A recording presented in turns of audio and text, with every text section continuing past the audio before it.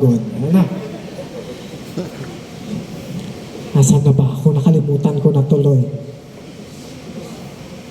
So, why am I telling you all these things, our dear professionals?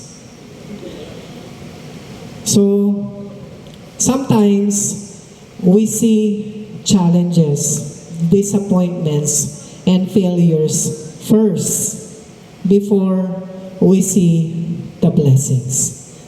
So, my advice to you, to all of you, whether you are a parent, a guardian, our ITs who are with us now, if you think you are not measuring up, that you are not capable, that you cannot achieve things, please look yourself in the mirror.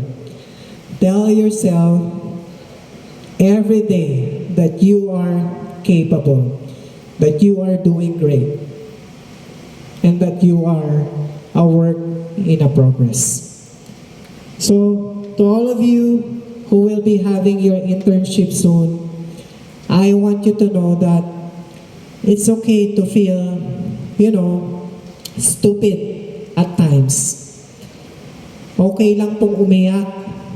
Ano po, kung yan po ang nararamdaman po ninyo dahil kayo po ay nag-fail sa mga bagay. And later on, for sure, ang dami pa yan. Lalo na kapag nasa trabaho na kayo, akala ninyo naka-ready na kayo, ang dami pa yan. Brace yourself, our would-be graduates.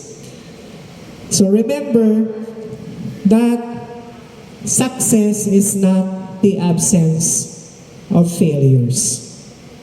It is not defined by position, status, wealth, or any award that you would receive later on.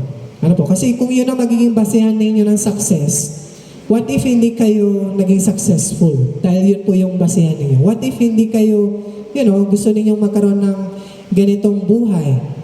Diba? So, hindi na kayo magiging successful. Diba? So, I tell you, right at this moment, you are successful now.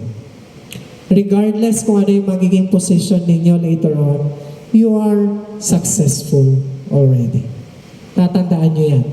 So, when things,